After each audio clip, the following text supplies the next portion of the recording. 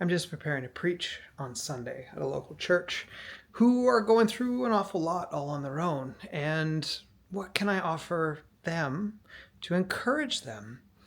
And this is where I'm led to Romans 12. Been thinking a lot about why the church is struggling so much nowadays. We've got buildings, we have all of this wonderful stuff going on all around us.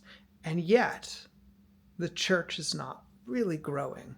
We get people to move from one to the next, but we're not actually making an impact on the culture around us. So I've been working through with my mentors this past week about how that could change, about what we might do differently. It takes a lot. It takes a complete shift in the way that we look at the world around us. And for us, the strategy there is to actually plant more churches, smaller churches, places that can be local, that can be deep and invested in those around them, and not just about coming, but about going, about resting with people right where they are. Romans 12, I think, offers us some interesting thoughts. Paul is opening up this chapter, writing to a church that is deeply, deeply struggling. Jewish believers have come back into Rome after being cast away, and the Gentile believers want nothing to do with them. They think they're better off without them, and so there is this disunity that's amongst them. And Paul writes and says, look, the first thing to being healthy is understanding that it starts with service. We offer not just our Sunday mornings, not just our money, not just aspects of our life, but our entire bodies as a living sacrifice to God.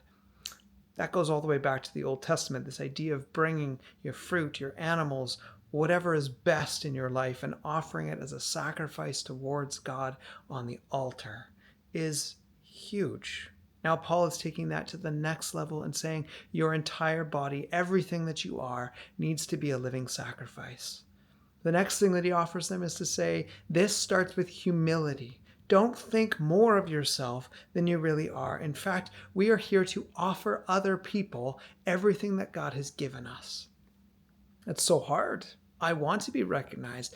I want to be known to be more than I am. And yet Paul is saying, no, give it all up. Let it all go. And instead, serve those who are around you. Recognize that you have gifts and that you need those people who are around you. You can't do this all on your own.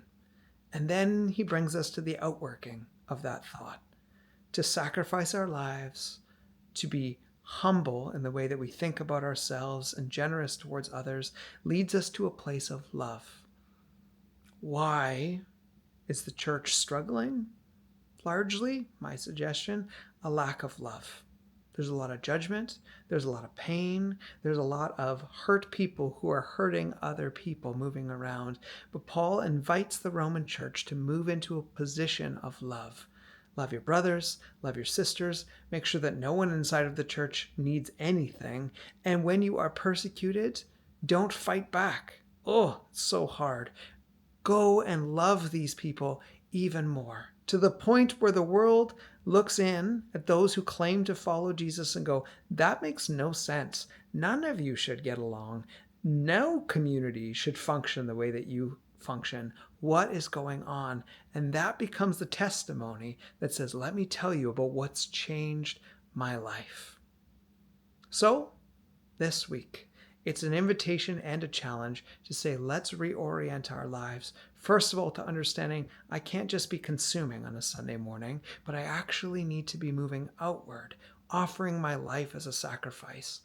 To recognize that I don't become holier than anyone else, but actually I'm just playing one role in a broader family, and that's a beautiful piece. And then that family learns to love each other with an uncommon grace, and then learns to love those who hate them even more. Jesus showed us that way. He offered up his life as a sacrifice. He gave it up, as Paul writes out in Philippians, he gave up all of the heavens and became less than nothing by taking on the flesh of humankind.